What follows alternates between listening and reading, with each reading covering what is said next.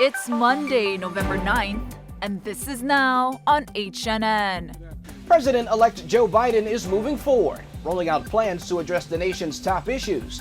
I'm Skyler Henry at the White House, where President Trump continues to dispute the election results.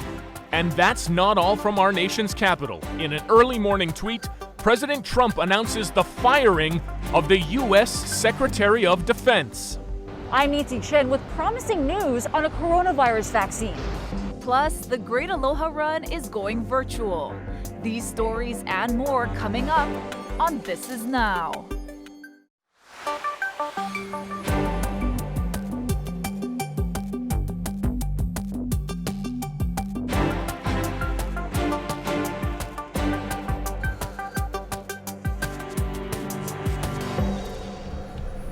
Aloha and everyone, and welcome inside This Is Now on your Monday. Alongside Ashley Nagoka, I'm Ian Shuring. We're going to start today with some breaking news. Honolulu Mayor-elect Rick Blangiardi has named Mike Formby as his managing director. Formby, of course, former interim director at heart. We're going to have more on this story with you coming up on our news at 4 o'clock, but there is more breaking news from our nation's capital. That's right. President Trump has fired U.S. Secretary of Defense Mark Esper just 2 days after the president's failed re-election bid. CNN says Esper's tense relationship with Trump led him to prepare a letter of resignation weeks ago.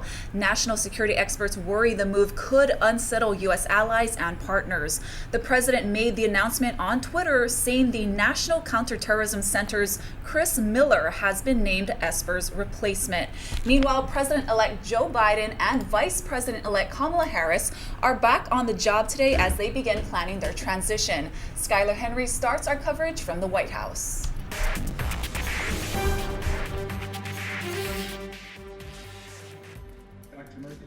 President-elect Joe Biden received a briefing from his newly named Coronavirus Advisory Board. And then he addressed the news Pfizer's COVID vaccine has been successful and is on pace for approval this year. It's clear that this vaccine, even if approved, will not be widely available for many months yet to come. Mr. Biden called for Americans to unite following the contentious election in the name of public health. It doesn't matter your party, your point of view. We could save tens of thousands of lives if everyone would just wear a mask for the next few months.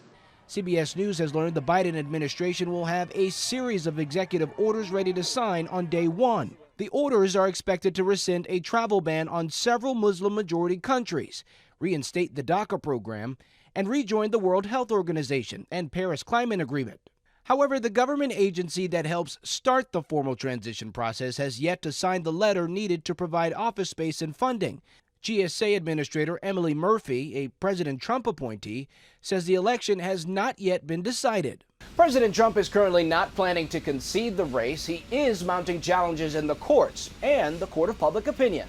CBS News has confirmed the Trump campaign plans to file more lawsuits. The president plans to publish obituaries for people who allegedly voted but are dead. They've been losing every case that has been brought post-election, the Trump campaign has. And so it does appear it might be more of a PR stunt than it is an actual cohesive legal theory. Supporters held rallies this weekend, claiming the election is being stolen from President Trump. Skyler Henry, CBS News, the White House. The election is effectively over, but votes are still being counted in many states. 3 of them have not yet been called either way. President Trump has maintained leads in both Alaska and North Carolina, while President-elect Biden is expected to win Georgia, long a Republican stronghold. That's relevant because Georgia's role in this election is not yet done. Control of the Senate in a Biden presidency will come down to 2 runoff elections in Georgia this January. Mark Strassman has more on those races. Some breaking news out of Georgia. It is a ruby red state. Republicans knew Georgia would be a dogfight. President Trump campaigned here 2 days before almost 5 million Georgians voted. Thank you, Georgia. Go out and vote. Keith Falk, an unemployed auto body technician, voted Trump. For decades, white male voters like him turned Georgia into a Republican stronghold. I just never would have thought it would have been this close. Georgia added 1 million voters since Donald Trump won this state 4 years ago. They're often younger, better educated, more diverse. Exit polls show Biden won 87% of Georgia's black voters and 57% of Hispanics. He won 56% of all college grads and more than half of younger voters, ages 18 to 44. Latasha Brown, a Biden supporter, co-founded the group Black Voters Matter. When I see Georgia, I see potential and I see the possibilities of what is happening in this nation. You're saying politically a new South is rising? I'm saying politically a new South is rising. We are building a more reflective democracy. Biden could become the first Democratic presidential candidate to win this state since 1992. Bill Clinton. Republicans are on notice. Ruby Red Georgia is a thing of the past. Mark Strassman, CBS News, Atlanta. In other news, Honolulu police have opened a murder investigation in Liliha, and the suspect is still on the loose. HPD says an unidentified man attacked a 58-year-old victim at around 1:20 this morning outside an apartment complex on Liliha Street. The suspect and the victim reportedly got into an argument, and that eventually led to the assault.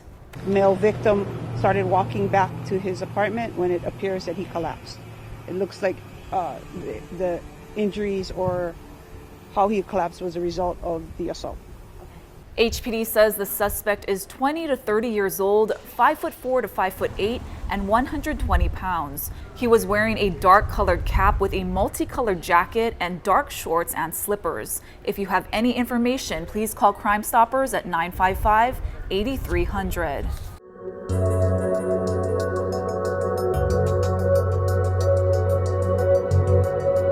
Johns Hopkins is reporting that the U.S. has now passed 10 million confirmed COVID-19 infections.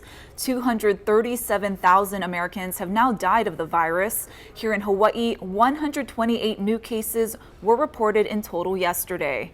105 were on Oahu, 20 on the Big Island, 2 on Maui, and 1 resident was diagnosed out of state.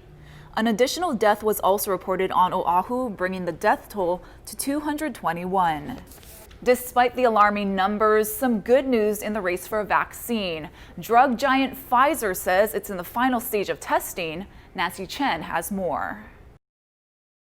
Pfizer says early data shows its experimental vaccine is 90% effective. The FDA's bar for effectiveness is 50%, so Pfizer's shot could get emergency use authorization over the next several days. This is an RNA vaccine, so these are the instructions for the spike protein of COVID-19 that are injected in the arm, and then the human body makes the protein itself, and an immune response is made to it. Pfizer's vaccine is one of 10 possible vaccines in late-stage testing as the U.S. hits new milestones. Cases are now rising in 26 states. In El Paso, Texas, the city has now brought in 10 mobile morgues. In Utah, hospital overcrowding prompted the governor to issue a state of emergency and a mask mandate. Utahns may not participate in or host casual social gatherings with individuals other than those in their immediate household for the next 2 weeks. Alaska, Arkansas, New Mexico, and Colorado all recently hit record daily case numbers. That prompted Denver's mayor to impose a 10 p.m. curfew. Now, new worries of an even larger spike. This weekend, tens of thousands participated in mass gatherings, including here in Times Square, to both protest and celebrate the presidential election results. Health experts fear there were possible super spreader events. Anytime when you put that many people in close proximity, you do run the risk of that transmission. The family of John Bjorkman from South Dakota says officials need to ask more from Americans. If I could have saved my father by wearing a mask, I would have done it. And I think most people would do the same. Bjorkman was a school administrator and spent 30 days hospitalized before passing away. Nancy Chen, CBS News, New York. Here at home, Lieutenant Governor Josh Green says a potential vaccine that's 90% effective is great news. And he says the first vaccinations could happen soon. In hearing, we think that the initial vaccinations may come sooner than had been expected. In fact, before the end of the year. Good news. We were expecting between 60 and 70% efficacy. And we also know that not everyone will take it. So a vaccination that can give us 90% protection is a game changer. It means the people that do take it, it will be more effective for, and they'll be more protected. It means that especially the high-risk community who are very likely to take it, like our kupuna and also our healthcare workers, they will be protected. So we won't see as high a death rate. We won't see outbreaks that curtail our capacity to care for people at the hospitals. That's the big benefit. News of a vaccine sparked sharp growth on Wall Street. Howard Dykes has more on that. Yeah, the Dow has been up more than 1,000 points, sometimes much above 1,000 points up since the opening this morning. And the broader market's up even more than the Dow is. Harlan Cadena is chief strategist of Honolulu-based Cadena and Company. Harlan, what are some of the factors? I know there's more than one. What are the factors that appear to be driving this morning? Well, it's clearly Pfizer's news. Bringing forth medication to the problem, hopefully by the end of the month, and so we'll have a vaccine. Apparently, that's a very effective vaccine, as vaccines go. But the market is bifurcated. It's kind of a crazy market. Leisure stocks that have been beat up for a year are just skyrocketing, and technology stocks that have done well, those beneficiaries of the COVID slowdown, like Amazon, are getting clocked, as we say. They're down significantly, as are bonds, as is gold and silver. The industrial stocks that might benefit from a Biden infrastructure, shovel-ready, if you will, sort of a program, are showing good strength, like Caterpillar and the railroads. So it's a split market. It sounds like everything's going up, but that's not the case. Yeah, I noticed the NASDAQ, which of course is tech stock heavy, hasn't been following the S&P quite so much, at least not this morning. Another thing I noticed, the Wall Street Journal took different kinds of stocks and looked at what might happen. And one of the things that they are calling attention to is how many major U.S. corporations do a lot of their sales in China and Europe, so they might actually benefit from any kind of dialing back of trade wars. Yeah, possibly, but that's getting into the realm of real speculation, rolling the dice. I mean, we can't see forward a heck of a lot, and certainly not that far yet. Policy has not been dictated. And that actually goes to a point that Cadena and Company has made on all of its appearances on Sunrise, that you need to look at the long view and not necessarily buy and sell stocks based on what you think is going to happen in the next few months, particularly when you're not sure. That's right. Exactly. Yeah, okay, just stay deliberate. That's the word for the day. Okay. Harlan Cadena is chief strategist of Honolulu-based Cadena and Company, which has been advising Honolulu investors for many years. Hawaii restaurant cards were sent out to unemployed workers across the state to help them and the local restaurant industry. Sammy Salina has an update on how they're working so far. After Hawaii restaurant cards and Tier 2 rolled out, restaurants reported that more people feel comfortable spending money and supporting them. Well over 100,000 cards were passed out mid-October to unemployed workers, with $500 on each card. Businesses say people with these cards are spending more than the average sale, and that they're feeling more comfortable treating themselves and their family. This L&L Hawaiian barbecue inside of Walmart on Ke'eaumoku says they see a high volume of people using these cards. Just depends on the location, and so for locations like this one, it's been wonderful. We were kind of starting to see a lull in business, in September, October. So I would say it's averaging maybe 1 in 10, but during certain periods, like during the lunch periods, during the weekend, we see almost half of the transactions, 4 out of 10. These cards can be used at any Hawaii restaurant, bakery, or catering business. One tip restaurants tell me is to make sure you have an additional form of payment with you in case you reach your limit. You need to spend these cards by December 15th. Sammy Solina for This Is Now. Organizers of the Great Aloha Run have announced this year's race is going virtual because of the pandemic. The virtual event will take place from February 8th through February 15th of next year, and participants will have those 8 days to run 8.15 miles, which is the equivalent of running from Aloha Tower to Aloha Stadium. You can sign up at greataloharun.com. In other news, a sharp start for Tua Tagovailoa in his first trip outside of Miami as an NFL quarterback. The St. Louis grad went 20 of 28 for 248 and 2 TDs. He did not throw an interception. He also added 35 yards rushing.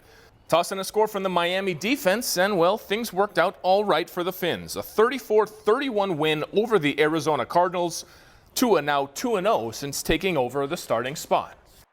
If they felt that they would be putting me in a bad situation if, I had to go and make a play on the run and whatnot, I don't think they'd let me go out there and play. So, knowing that's how it was going to be, I mean, even myself, I had self-confidence that I'd be able to go out there, and if I needed to make a play with my legs, I would. But, I mean, that was probably the slowest I ever felt. Oh, my goodness. I felt like I was running in quicksand. Should be a fun matchup of rookie quarterbacks next week. Tua and the Dolphins host Justin Herbert and the LA Chargers at Hard Rock Stadium. Tua wasn't the only Crusader quarterback to get a win this weekend either. Chevin Cordero went off as well. 410 yards, 5 total touchdowns. Receiver Nick Mardner went 6 for 147 and a score. UH trailed at one point 20-7 in the first half. They come back to earn a 39-33 win over the Lobos. And to weather now, here's a live look outside. You can see it is cloudy, a little overcast, but what's the week's forecast going to look like? Let's send it over now to our guy, Hagi.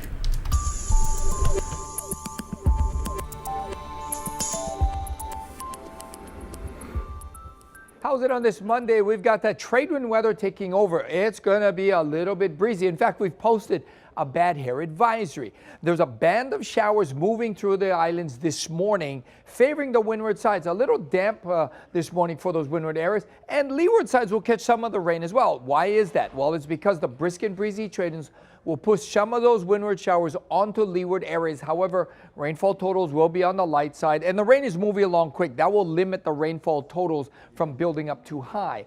Trade winds running 15 to 25 today, getting even stronger by the middle of the week. And that means we're going to see a building wind swell on east shores, 6 to 8 feet. It's going to be dangerous out there as well. And 1 to 3 in town, not a whole lot of surf activity, but watch out, there's box jellyfish. And we got a small pulse picking up for north and west shores. So the trade winds will run breezy for the next several days. And we will see some windward and Mauka showers. We'll have windier conditions on Wednesday with an increase in showers expected between Friday and Saturday. Keep it here on Hawaii News Now. We'll have all your severe weather updates. More than 4.5 million people are under a flash flood warning as Tropical Storm Eta comes ashore in Florida. Connor Powell has more.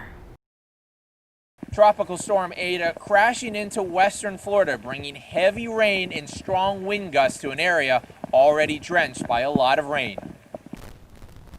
Eta leaving its mark on Florida. Rising waters threatening life, turning roads into rivers, swallowing cars. They told me turn around and go back. Triggering rescues, like this one in South Florida. Divers having to smash in car windows to pull a man to safety after he drove into a canal concealed by floodwaters under the cover of darkness. We saw a storm surge of approximately 2.2 feet, higher than the normal water levels. The storm packing destructive winds, clocking up to 65 miles per hour in some places. Part of a ceiling fan to come and fall down on a 9-year-old child. Snapping a large tree onto a duplex where 2 families were living. Some of them were climbing out, but what we want to do is to be able to safely evacuate them out. Sure. So as a result, we asked them to wait till we can kind of clear some of the debris. Fortunately, 7 people, including the family pet, will be displaced. Officials say Eta's impact will be felt for days to come. Flying debris or fallen trees can cause widespread outages, and restoring power will be challenging. Southwestern Florida has already seen a lot of rain in the last couple of weeks, so the concern is that Tropical Storm Eta could dump a lot of water in this area, and we could see some more flooding. A lot of canals might overflow over the course of the next couple of days, and then Tropical Storm Eta is expected to move out to the Gulf, where it could become Hurricane Eta once again, bringing a lot more hurricane-type conditions to this area over the course of the next few days. Outside Naples, Florida, Connor Powell.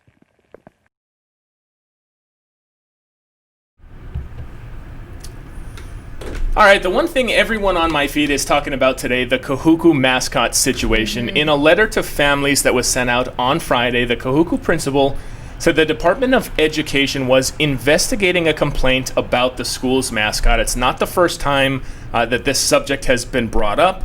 The complaint said that the term Red Raiders, of course Kahuku's team name there, and the use of the tomahawk chop at kickoff and before games were disrespectful toward Native Americans.